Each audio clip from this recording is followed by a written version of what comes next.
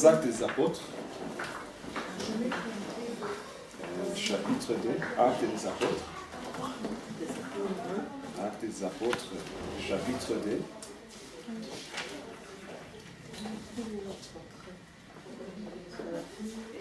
Verset 41. Actes des Apôtres, chapitre numéro 2.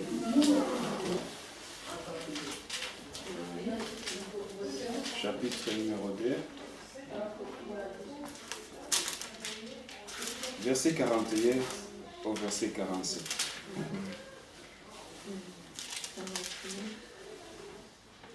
Ceux qui acceptèrent sa parole furent baptisés. Et en ces jours-là, le nombre des disciples augmentant d'environ 3000 âmes. Ils persévéraient dans l'enseignement des apôtres, dans la communion fraternelle, dans la fraction du pain et dans les prières. La crainte s'emparait de chacun, et il se faisait beaucoup de prodiges et de miracles par les apôtres. Tous ceux qui croyaient étaient dans le même lieu et ils avaient tout en commun. Ils vendaient leurs propriétés et leurs biens et ils en partageaient les produits entre tous, selon les besoins de chacun. Ils étaient chaque jour tous ensemble assidus au temple. Ils rompaient les pains dans les maisons et prenaient leur nourriture avec joie et simplicité de cœur, louant Dieu et trouvant grâce auprès de tous les peuples. Et le Seigneur ajoutait chaque jour à l'Église ceux qui étaient sauvés. Amen. Amen. Je vais répéter, mais dire seulement les mots que j'ai choisis qui sont plus importants. Ils persévéraient dans l'enseignement des apôtres, dans la communion fraternelle, dans la fraction du pain et dans les prières.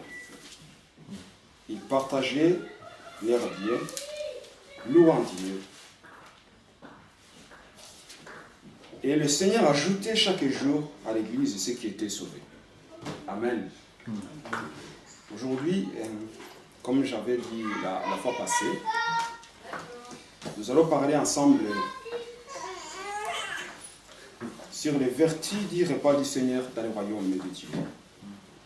Les vertus du repas du Seigneur dans le royaume de Dieu. On a déjà parlé sur la puissance de la louange dans le royaume. On peut se poser la question, pourquoi le royaume? Pourquoi toujours dans le royaume? Et quel est ce royaume? Je vais d'abord donner une petite introduction pour décrire pourquoi je dis dans le royaume. Je parle du royaume de Dieu, le royaume dont je suis devenu citoyen. Parce que pour devenir citoyen de ce royaume, il faut un engagement. Donc je parle du royaume, le royaume dont je suis devenu citoyen. Et le roi de ce royaume a trouvé bon de me donner le royaume. Ce que je vous dis, c'est biblique, c'est écrit dans la Bible. On peut le trouver dans Luc 12, 32, vous pouvez prendre des notes, on ne va pas aller dans les références parce qu'il y a beaucoup de références.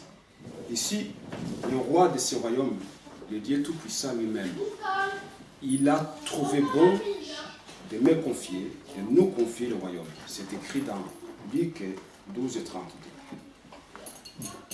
Et Jésus-Christ, le roi des rois, le Seigneur des seigneurs, lorsqu'il était ici sur terre, physiquement, son message, son évangile était le royaume. Amen. Son message était le royaume. C'était son évangile, l'évangile de Jésus-Christ, le royaume. Il n'était pas venu pour parler de sa mort à la croix de Golgotha.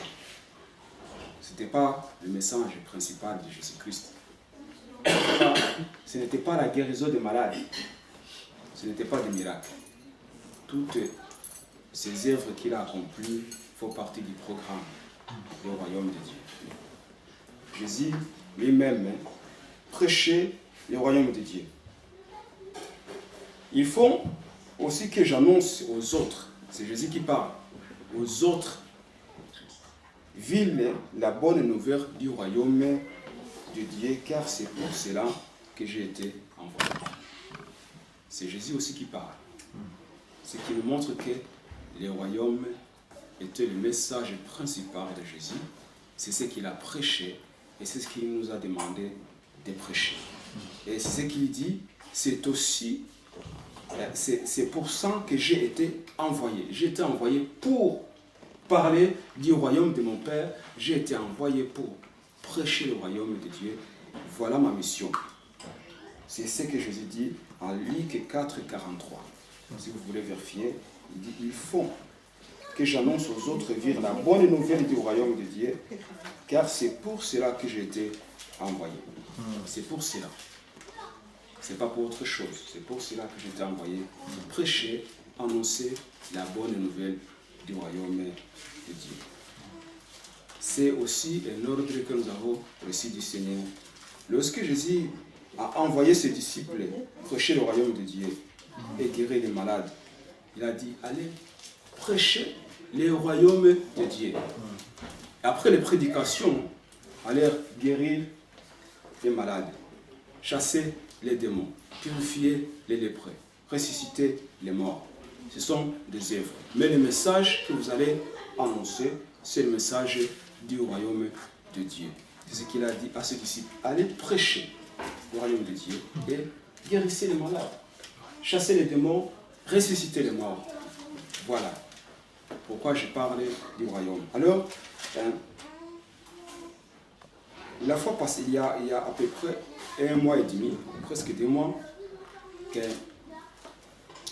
le Seigneur nous a parlé de la louange, de la Sainte Seine et du baptême. Et dans mon cœur, j'ai senti qu'il faut que je parle sur ces 3 sujets. Et ici, on vient de lire là, les Actes des Apôtres, la première église, comme on dit. Il y avait des choses qui se passaient dans cette église.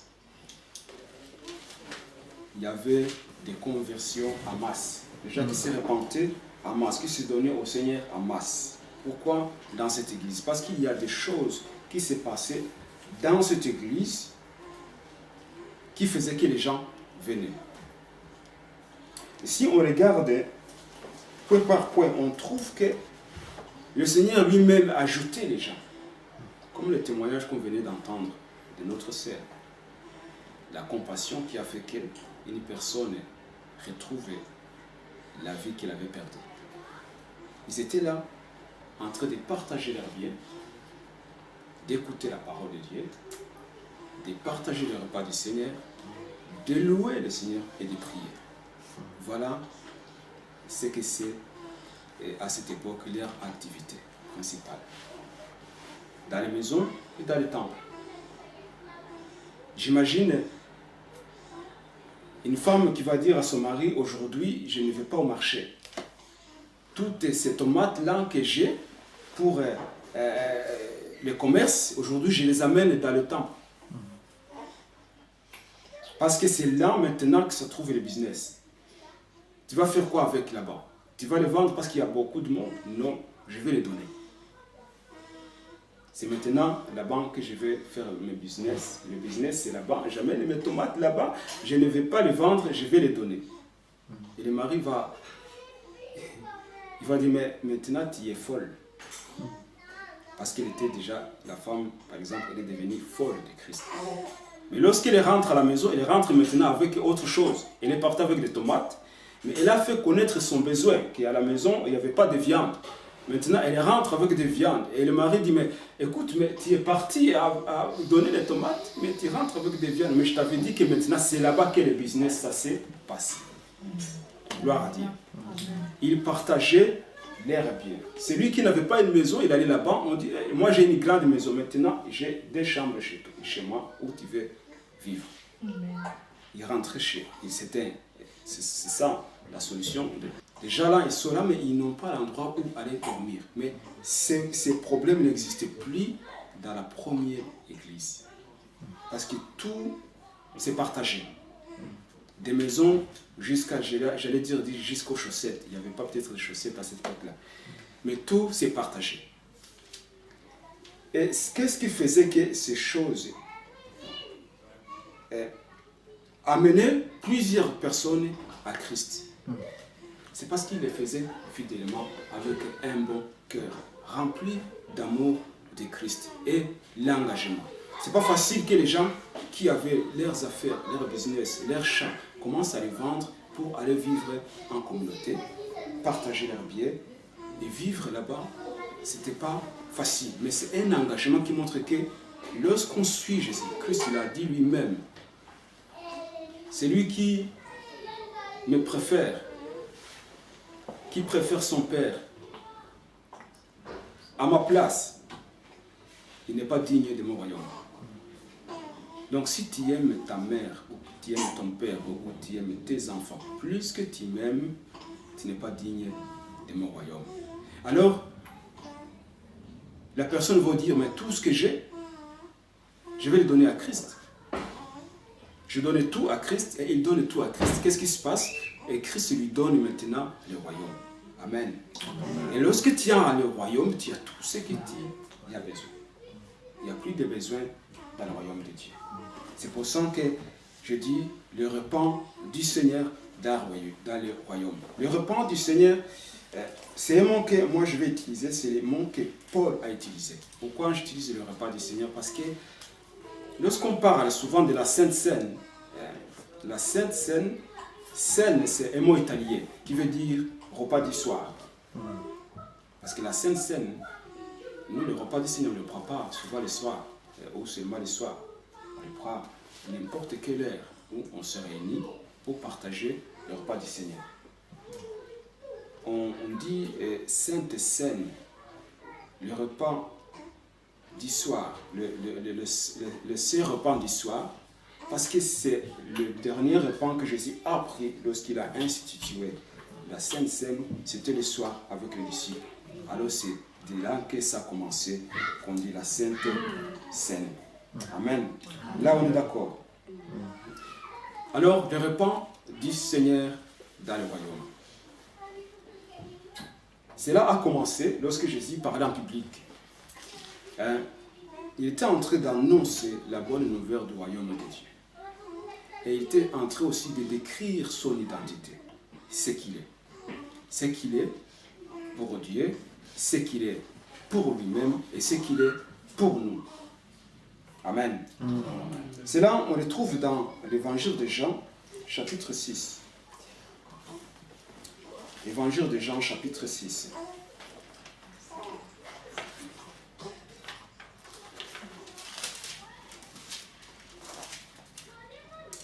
Le verset 51 au verset 58. Évangile de Jean, chapitre 6, verset 51 au verset 58.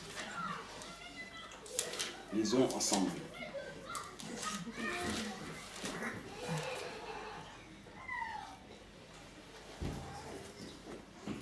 Je suis le pain vivant qui est descendu du ciel.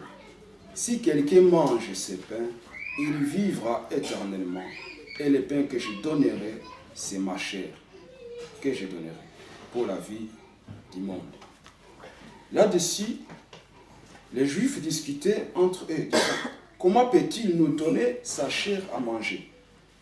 Jésus leur dit, en vérité, je vous le dis, si vous ne mangez la chair du Fils de l'homme, et si vous ne buvez son sang, vous n'avez point la vie en vous-même.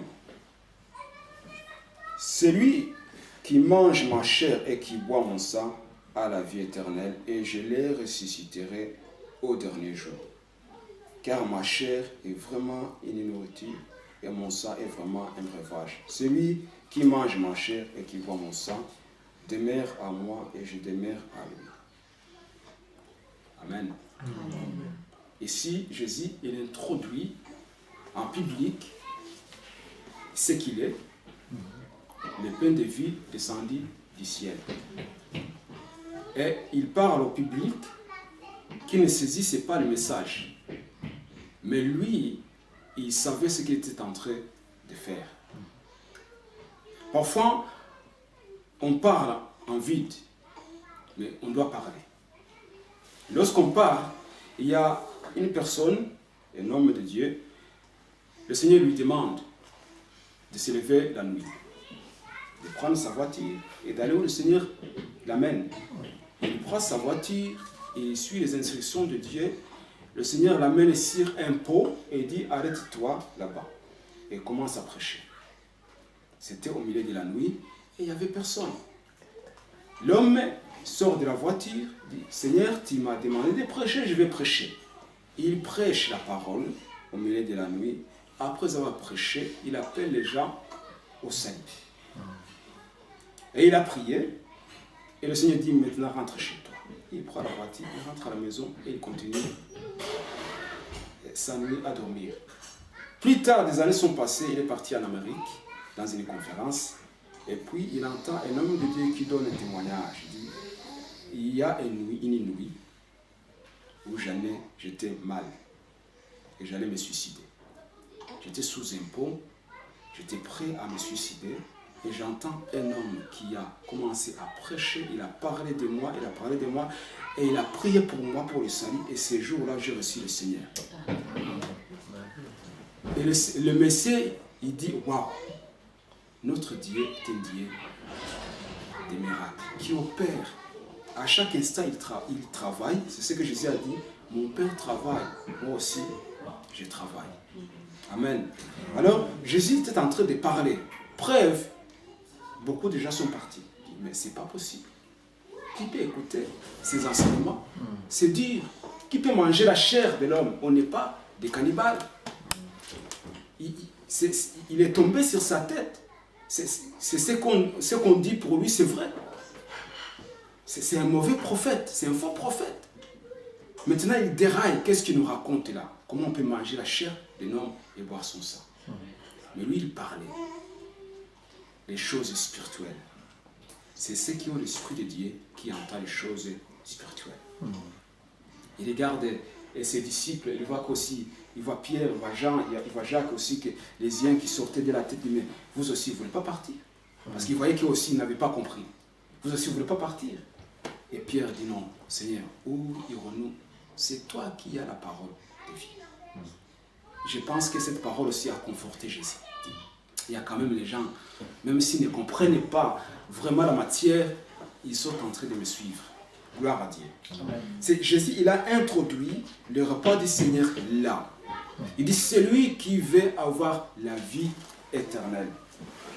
Celui qui veut avoir la vie éternelle, il a intérêt à manger ma chair et à boire mon sang. Puisque ma chair est une nourriture et que mon sang est un breuvage. Alors il y a quelque chose qui m'a vraiment étonné, c'est quand j'étais en train d'étudier ces paroles, que j'ai vu qu'au verset 47 dans le même chapitre, Jésus encore il dit, en vérité, je vous l'ai dit, celui qui croit en moi a la vie éternelle. Amen. Celui qui croit en moi a la vie éternelle.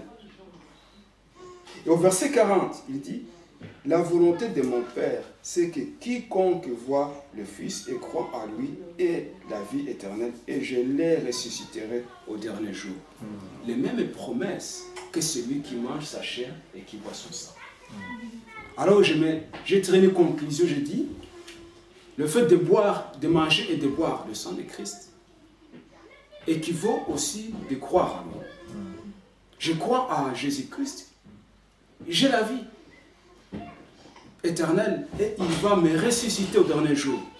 Et je mange sa chair et je bois son sang. J'ai la vie et il va me ressusciter au dernier jour. Gloire à Dieu. Amen. Alors, c'est vrai, c'est logique. Celui qui va manger la chair et le sang de Christ, c'est qu'il a connaissance de ce qu'il est en train de faire. Il a déjà cru en Jésus-Christ. Gloire à Dieu. C'est qu'il sait vraiment ce qu'il est en train de faire. Même si c'est lui qui les prend sans comprendre, sans se rendre compte, ça va avoir des effets. Parce que cette personne, elle mange la vie. Amen. Elle mange la vie. Il y a seulement une exception. Là où il y a des conséquences catastrophiques, c'est celui qui prend la chair et le sang de Christ indignement. Paul en a dit. On va y revenir après.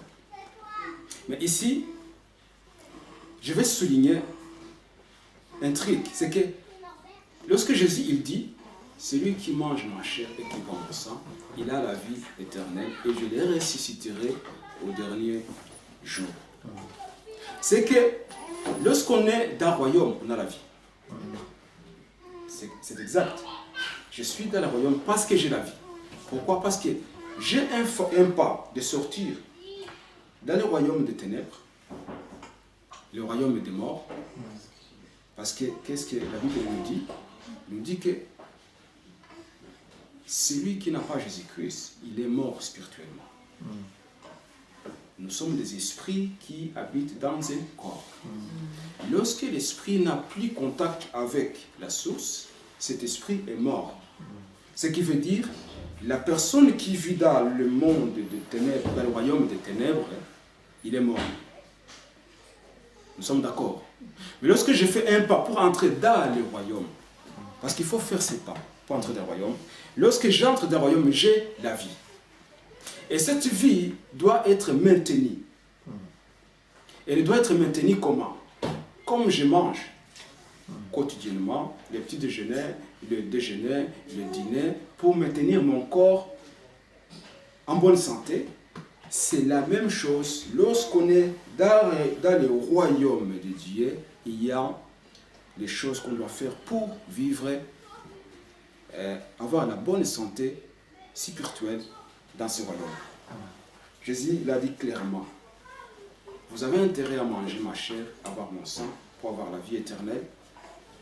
Donc, vous êtes dans mon royaume, ne négligez pas ces choses. Il dit, faites-les quand vous voyez ici. Ne négligez pas ces choses. Dans ces versets qu'on a lus, ça faisait partie intégrante dans la première église.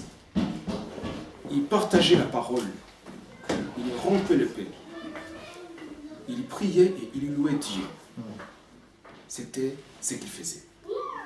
Et le Seigneur était avec eux. Et puisqu'ils étaient dans l'obéissance, puisqu'ils vivaient la vie du royaume, ils pratiquaient tout ce qui doit être pratiqué dans le royaume, et le Seigneur ajoutait d'autres personnes.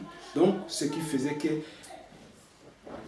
leurs activités sortaient de là où ils étaient et touchaient ce qui était dans le royaume des ténèbres, et les gens entendaient et ils sortaient du royaume des ténèbres pour entrer dans le royaume de Dieu. Pourquoi? Parce que le Seigneur trouvait que ces gens, ils avaient compris et ils étaient dans les instructions du Seigneur. Gloire à Dieu. Amen. Alors, lorsqu'on lit en Jean aussi, on continue dans les livres de Jean, l'évangile de Jean.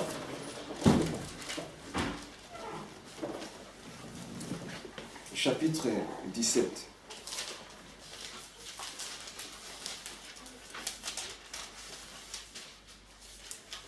Verset 23.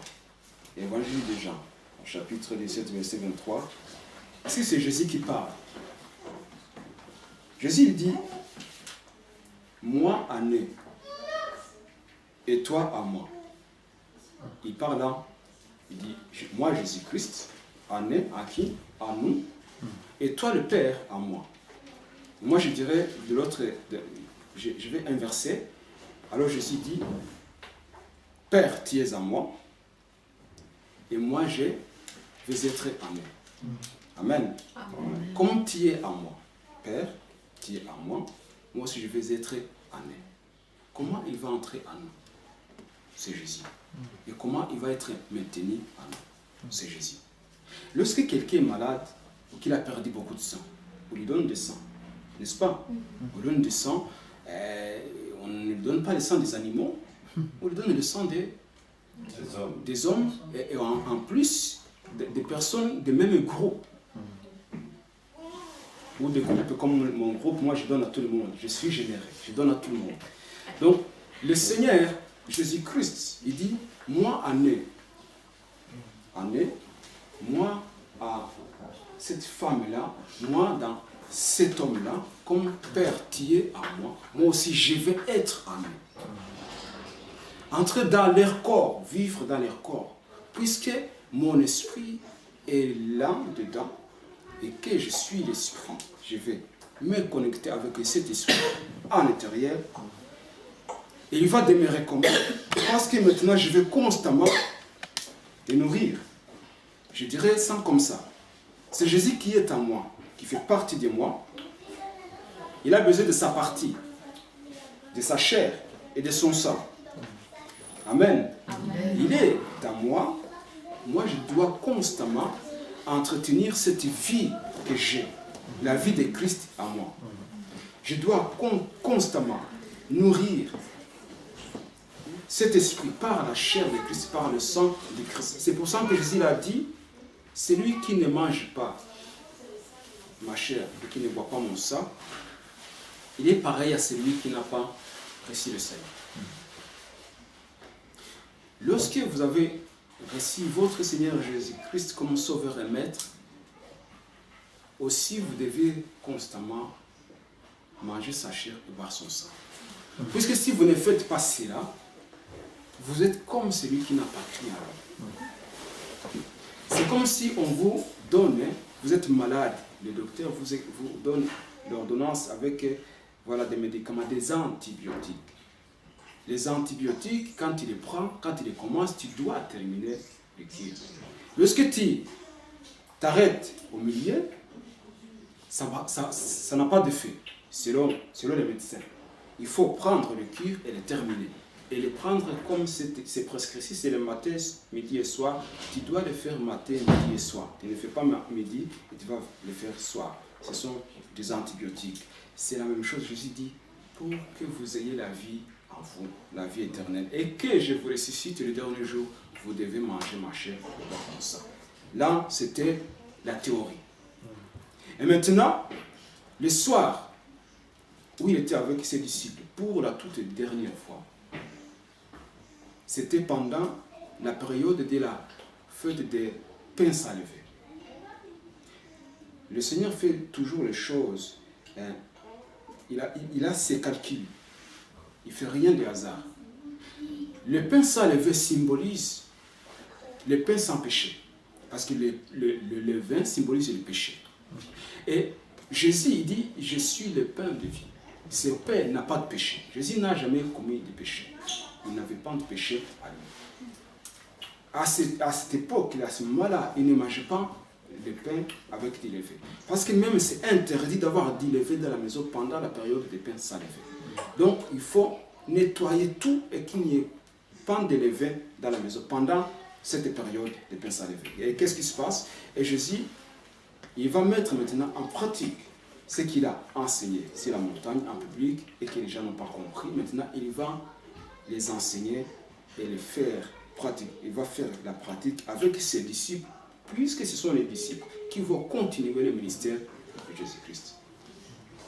Alors, ils étaient en train de manger la Pâque, c'est la fête. Et lorsqu'ils ont fini de manger, Jésus, il s'élève. Moi, je dis qu'il s'élève, ce n'est pas écrit qu'il s'est levé, mais parce que c'était un acte symbolique qui avait de la valeur, qui avait de l'impact. Et qu'à ce moment-là, Jésus sentait déjà la douleur. Il était déjà, ce qu'on dit, la passion de Christ, la douleur, la pensée de ce qui va venir, ce qui va arriver, la croix qu'il va porter, les péchés du monde qu'il va prendre sur lui. C'est ce qui a fait que Jésus, lorsqu'il a transpiré, il a transpiré du sang. Pourquoi? Parce qu'il était déjà au point que son corps n'arrivait plus à supporter tout ce qu'il va subir dans ces quelques heures qui allaient venir. Mais avec toujours compassion et amour, il était avec ses disciples et il prit du pain. Il prend le pain, il regarde et il dit, voilà, ça c'est ma chair. En d'autres mots, c'est ce que je vous parlais ces jours-là sur la montagne. C'est ma chair. Il faut faire ça. C'est du pain, c'est vrai que c'est du fait avec du farine et de l'eau et du sel. Mais aujourd'hui, quand je vous parle ceci, c'est ma chair. Il fait tout ce que nous savons. Il a brisé le pain, il a partagé, il a dit, prenez-en, mangez, c'est ma chair qui est donnée pour vous. De même, il a pris la coupe. Il a donné, dit, ça c'est mon sang. Je ne sais pas si le vin était rouge ou blanc, mais ce qu'il a pris, il a pris la coupe, il était rempli du vin, il a dit, ça c'est mon sang, qui est le sang de l'alliance, versé pour vous, pour le péché du monde. Jésus était en train de parler de cela. Il commence cette œuvre avec les disciples. Maintenant, il le met en pratique. Et aujourd'hui, nous le faisons pourquoi? Parce que nous sommes ses disciples. Amen. Parce que c'est lui qui est entré dans le royaume de Dieu, qui a entendu le message du royaume et qui a fait le pas de vivre dans le royaume, ce qui veut dire qu'il est disciple. Il doit faire tout ce qui se passe dans le royaume. Lorsque on est dans un royaume et qu'on ne suit pas la constitution du royaume, et que vous êtes par exemple ici, il y a des gens qui font des bêtises, des étrangers qui font des bêtises, qu'on retire la nationalité et qu'on expulse du pays. Nous avons eu le passeport du royaume de Dieu et ces passeports peuvent être nous retirés.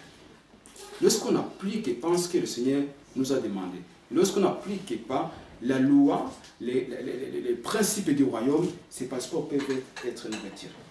C'est pour ça que je dis, faites cela en mémoire de moi. Donc ça veut dire que si je fais ça, je me rappelle le prix qui a été payé à la croix de Golgotha, le sang qui a été versé, la chair de Christ qui a été meurtrie. Donc je me rappelle.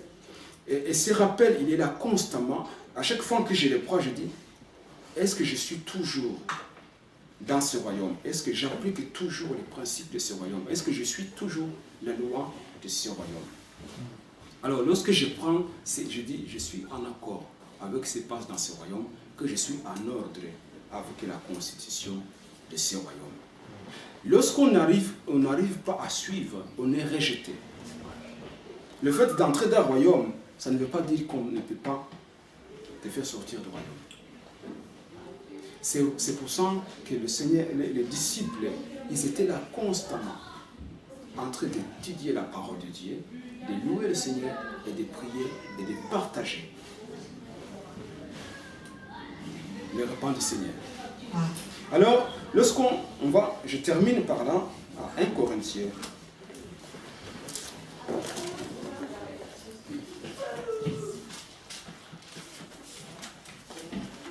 Je termine par 1 Corinthiens 11. 1 Corinthiens 11.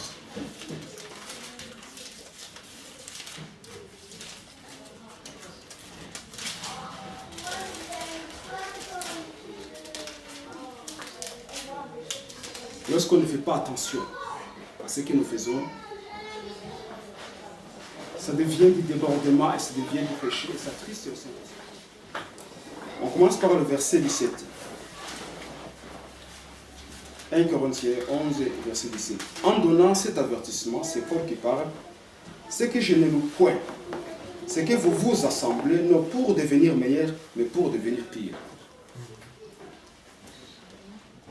Et d'abord, j'apprends que lorsque vous vous réunissez en assemblée, il y a parmi vous des divisions, et je les crois en partie, car il faut qu'il y ait aussi des sectes parmi vous, afin que ceux qui sont approuvés soient reconnus comme tels au milieu de vous.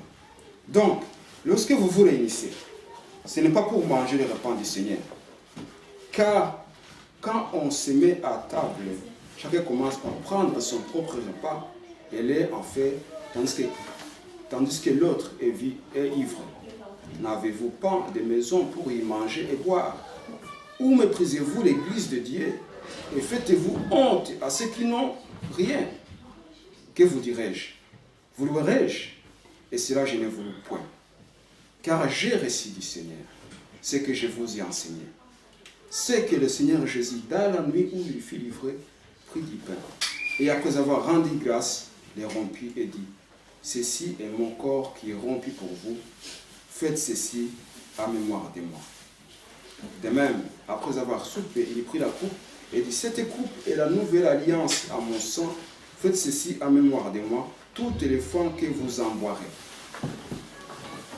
Ici, Paul, il était en colère parce qu'il y avait eu des débordements dans cette église de Corinthe. Ce qui était les repas du Seigneur qui doit être respecté comme le Seigneur l'a demandé. Déjà commencé à prendre le repas du Seigneur comme n'importe quoi. Aujourd'hui, il y a des églises, selon leur doctrine, leur discipline, leur dénomination. Il y en a qui prennent la Sainte Seine, le repas du Seigneur, une fois par mois. Il y a d'autres qui prennent tous les dimanches. Il y a ceux qui le prennent en privé avec ceux qui sont seulement baptisés. Et il y a d'autres qui prennent du pain sans levain. Donc il y a plusieurs doctrines et plusieurs façons de prendre le repas du Seigneur. Cela, on n'entre pas dedans. Il n'est pas là pour juger les personnes. Mais ici, Paul, il a remarqué que cette église de Corinthe, lorsqu'ils se réunissaient pour le repas du Seigneur, chacun amenait du vin là-bas, et ils amenaient de la nourriture, ils mangeaient, après ils devenaient ivres. Ils ne considéraient plus les moments que le Seigneur avait institués. Il dit, je ne vais pas vous louer. Ce que vous faites, ça ne se fait pas. Vous vous réunissez pour rompre le pain pour le repas du Seigneur, mais ce n'est pas ce que vous faites. Vous avez dépassé les bornes. Il dit, car moi, donc il donne son témoignage, je n'ai pas réussi ça aux apôtres, je n'ai pas réussi ça par des prophètes, c'est que j'ai reçu du Seigneur. C'est ce que je vous ai enseigné. Dans la nuit où il fut livré, il prit du pain. On a dit, vous connaissez ce qu'il a dit. Il explique le sens, la valeur. Et il continue, c'est pourquoi celui qui mangera le pain ou boira la coupe du Seigneur indignement sera coupable envers le corps et le sang du Seigneur. Que chacun donc s'éprouve soi-même et qu'ainsi il mange du pain et boire de la coupe. Car celui qui mange et boit sans discerner le corps du Seigneur mange et boit un jugement contre lui. C'est là que Paul a constaté que dans cette église, les gens étaient déjà, je dirais, expulsés du royaume. Pourquoi? Parce qu'ils profanaient le repas du Seigneur. Et ils prenaient le repas du Seigneur indignement, sans considérer, sans se rappeler le prix qui a été payé. Qu'est-ce que ça symbolise? Qu'est-ce que ça nous rappelle? Ils ne considéraient pas. Et Paul était en colère. Et il parle. Il dit, c'est pour ça que parmi vous, il y a tant de malades. Vous êtes malades. Il y a des désordres. Il n'y a pas de révolution. Pourquoi? Parce que vous avez profané le repas du Seigneur. Vous êtes expulsés. Vous ne remplissez pas les conditions du royaume de Dieu. Et ici, Paul il dit maintenant, ce que j'ai reçu du Seigneur, c'est ce que je vous ai enseigné. Mais vous, ce n'est pas ce que vous faites. Vous ne faites pas ce que je vous ai enseigné. Et pourtant, la source, c'est Jésus-Christ. C'est lui-même qui m'a dit ce que je vous ai enseigné. Donc vous devrez reprendre tout ce que je vous ai enseigné en considération. Et aujourd'hui, la parole de Dieu est vivante et elle ne change pas. Et si nous vivons dans le royaume, nous devons considérer ce que le Seigneur nous a demandé de faire. Nous avons parlé de la louange, de la puissance de la louange dans le royaume de Dieu. Lorsqu'on loue le Seigneur avec Jésus a dit, le temps arrive pour ceux qui adorent le Seigneur, l'adorent en esprit et en vérité. En esprit et en vérité. Ce qui veut dire, il faut d'abord être en esprit pour adorer et en vérité pour adorer. Tu ne vas pas adorer le Seigneur alors que tu as un conflit avec un voisin, avec un frère, avec un ami. C'est une action, c'est une offrande désagréable à l'Éternel. Donc, en esprit et en vérité. Et il faut aussi prendre le repas du Seigneur en esprit et en vérité. Amen. Amen. Il faut prendre le repas du Seigneur en esprit et en vérité. Pourquoi? Parce que ça nous fait vivre, ça nous donne la vie éternelle et le Seigneur va nous ressusciter le dernier jour. C'est la promesse, c'est une parole qui est sortie de la bouche de Dieu. Ça veut dire que celui qui prend ces choses, ces éléments, en connaissance des causes, il a la vie éternelle. Amen. Amen. Alors, ça ne se fait pas seulement dans des églises. Dans les actes des apôtres que nous avons lus, il s'est passé dans des maisons. Ce qui veut dire que vous n'allez pas faire des débordements, comme Paul l'a dit. Vous êtes à table, vous mangez, vous buvez, vous êtes ivre, et puis vous prenez, on va partager le repas du Seigneur. Non. Vous êtes à la maison, vous donnez ce temps au Seigneur et vous faites une rétrospection, vous regardez en vous-même pour voir si vous êtes vraiment encore dans le royaume avant de prendre les éléments du royaume. Parce il y a des produits qu'on peut manger et qui peuvent être toxiques pour nous, qui peuvent nous tuer. Pourquoi? Parce que ce n'est pas conforme avec notre corps, ce que notre corps a besoin. Il y a des gens qui sont allergiques. Et si on lui donne des cacahuètes, il mange des cacahuètes, c'est fini. Il est allergique aux cacahuètes. Donc ça veut dire qu'il faut que je regarde si je n'ai pas des cellules qui sont allergiques au repas du Seigneur maintenant. Si je n'ai pas caché quelque chose, si je suis vraiment en ordre avec le Seigneur, je vais prendre. Dans ma maison, on a tous, on peut faire tout. Ce n'est pas un diacre, ce n'est pas un prêtre, ce n'est pas un pasteur qui va venir te partager la Sainte Seine. Lorsque tu comprends la parole de Dieu, que tu es entré dans le royaume, tu as droit de manger la Sainte Seine. Il y a une vieille femme avec qui j'ai pris souvent avec. C'est un de mes clients. La dernière fois qu'on a partagé la Sainte Seine, elle m'a dit que ça faisait 45 ans que je n'ai pas communié. Alors, il est loué le Seigneur de ce qu'elle a eu cette grâce de manger la chair de Christ et de boire le sang de Christ. Donc, parce que les gens n'ont pas des informations exactes concernant le repas du Seigneur, puisqu'il y a des doctrines qui ferment vraiment cette action que le Seigneur a posée, il y a d'autres qui les mettent à un autre niveau que, voilà, les gens pour y accéder, ils ont peur. Mais pourtant, le Seigneur a dit, c'est lui qui mange ma chair et qui boit mon sang, il a la vie éternelle et je le ressusciterai le dernier jour. Ce n'est pas pour les gens qui ont, je dirais comme ça, même si on me jette des pierres, ce n'est pas seulement pour les gens qui ont été baptisés, que ce soit sur la tête ou par immersion, ce sont pour toutes les personnes qui croient en Jésus-Christ qui peuvent prendre le repas du Seigneur. Gloire à Dieu. Amen. Il nous est permis de manger cela. Le Seigneur Jésus-Christ nous donne la liberté. Il nous a franchis pour la liberté.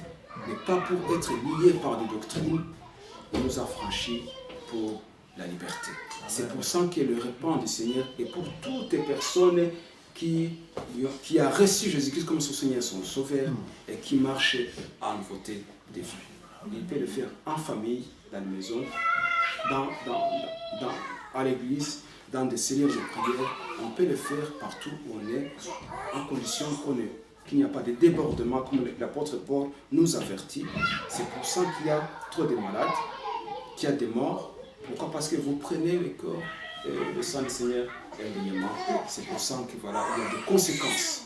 Mais lorsqu'on le prend en esprit et en vérité, avec les craintes de l'Éternel, nous avons la vie. Et le Seigneur va nous ressusciter le dernier jour. Gloire à Dieu. On va terminer par là. On va partager les repas du Seigneur et le sang de Christ, la chair de Christ et le sang de Christ.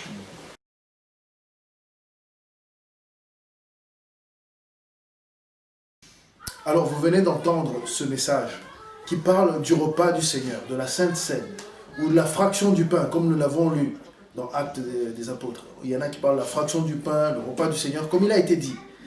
Cet élément que Jésus a instauré, c'est pour ceux qui sont rentrés dans le royaume de Dieu, ceux qui sont devenus disciples de Christ. Et c'est pour ceux qui croient en lui. Donc toute personne qui croit en Jésus-Christ, c'est une confession de votre corps. Vous pouvez aussi rentrer dans le royaume de Dieu.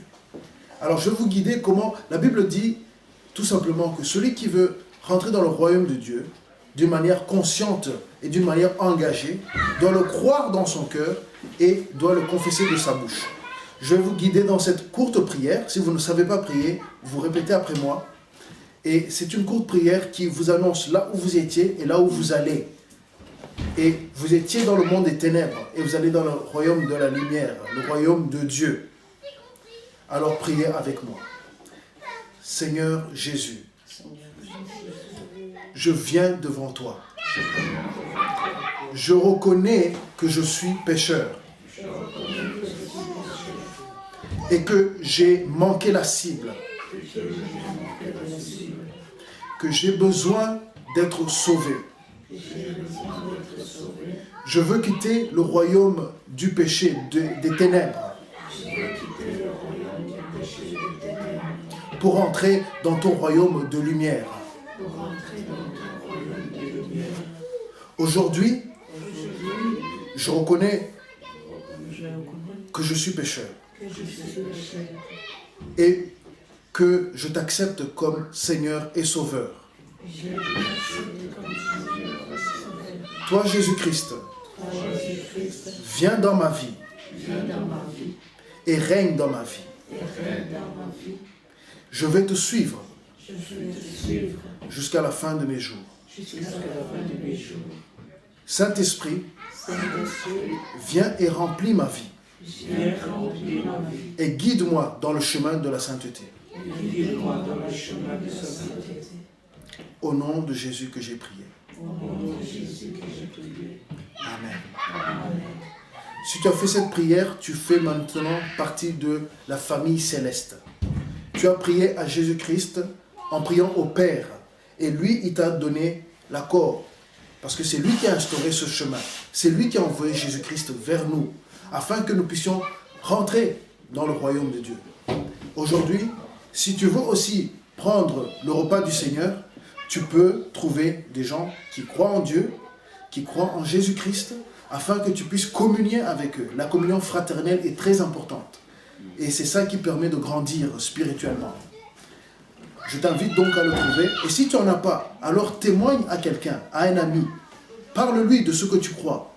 Et fais-en lui aussi un disciple. Et commencez à suivre ce chemin avec le Seigneur. Et communions ensemble. Sois béni. Nous te bénissons au nom de Jésus. Et nous prions pour que le Seigneur te protège de tout obstacle dans ce chemin de foi que tu as pris.